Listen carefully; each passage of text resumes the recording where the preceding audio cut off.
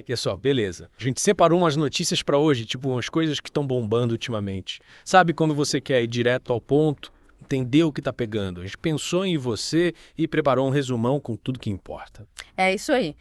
Tem mistério, política, economia, até felicidade no meio. A gente vai te guiar para esse labirinto de informações e te entregar tudo mastigadinho, sem enrolação. Então, tipo, senta que lá vem história, a gente vai começar lá no Egito, desvendar uns mistérios das pirâmides, depois a gente dá um pulo no Brasil para entender as tretas políticas que tá rolando por aqui. E tem umas paradas internacionais também, tipo um caso bizarro no ZEUA e um estudo global sobre felicidade. No final das contas, a gente quer te mostrar como tudo isso se conecta, sabe? Te dá aquela visão panorâmica do mundo, para você não ficar perdido no meio de tanta informação. Preparados. Bora lá. Começando pelo Egito, com uma notícia que está dando o que falar.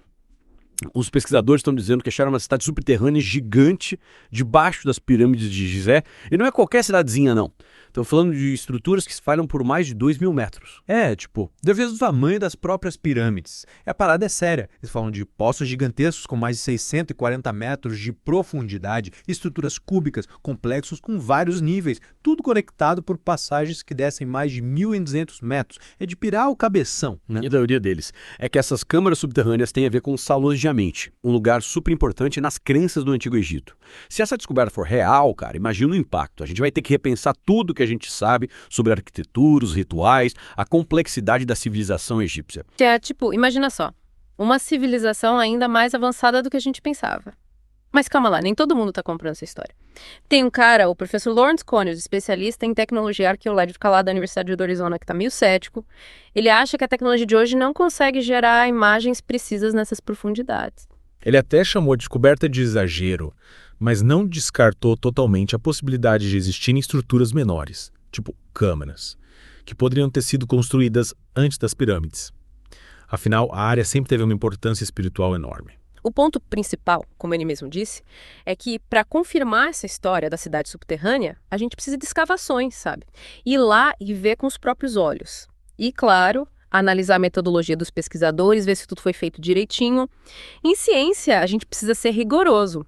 Falando em rigor, vamos para um assunto que exige bastante cuidado. O que está rolando no Brasil com o desdobramento dos eventos de 8 de janeiro? Pois é, o ministro do STF, Flávio Dino, votou para condenar a Débora Rodrigues dos Santos a 14 anos de prisão pela participação dela nos atos de janeiro de 2023. A acusação é que ela pichou a estátua à Justiça, em frente ao STF, com a frase "perdeu, mané". E o ministro Dino seguiu o voto do relator, o ministro Alexandre de Moraes. O julgamento está rolando no plenário virtual da primeira turma do STF e ainda faltam os votos de outros ministros. Além da pena de prisão, o ministro Moraes também votou para que a Débora pague uma multa de uns R$50 mil e uma indenização por danos morais coletivos, junto com outros condenados de R$30 milhões. Caramba! E por que essa condenação tão pesada? O ministro Moraes justificou dizendo que a Débora agiu com intenção de causar uma ruptura institucional, tipo derrubar o governo e acabar com a democracia. Que essa frase que ela pichou, "perdeu, mané", tem uma história por trás, né? Sim. Foi o que o presidente do STF, Luiz Roberto Barroso, respondeu para os apoiadores do Bolsonaro que estavam provocando ele nos Estados Unidos.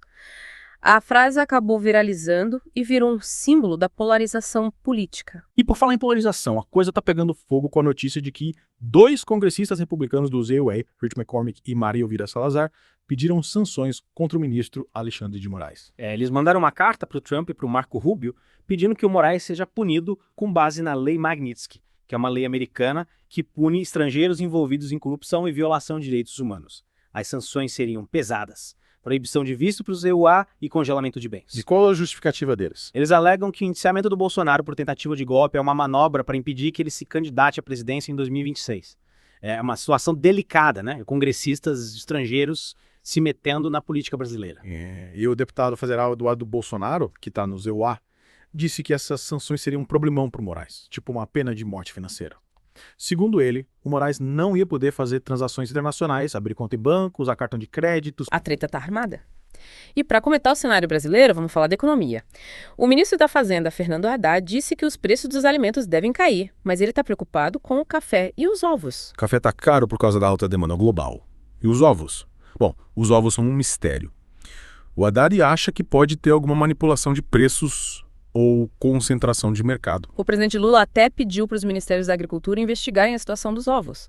Parece que o governo tá de olho. Mas o Haddad disse que a safra atual e a alta do real frente ao dólar devem ajudar a baixar os preços dos alimentos em geral. Vamos torcer para que o café e os ovos entrem nessa onda também.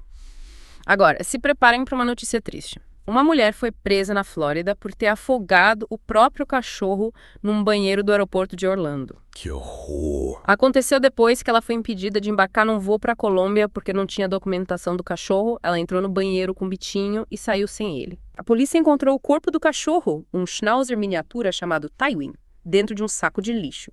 E junto tinham a coleira, a caixa de transporte, tudo. As câmeras de segurança mostraram tudo. A mulher foi presa, mas pagou fiança e foi liberada. Que história triste.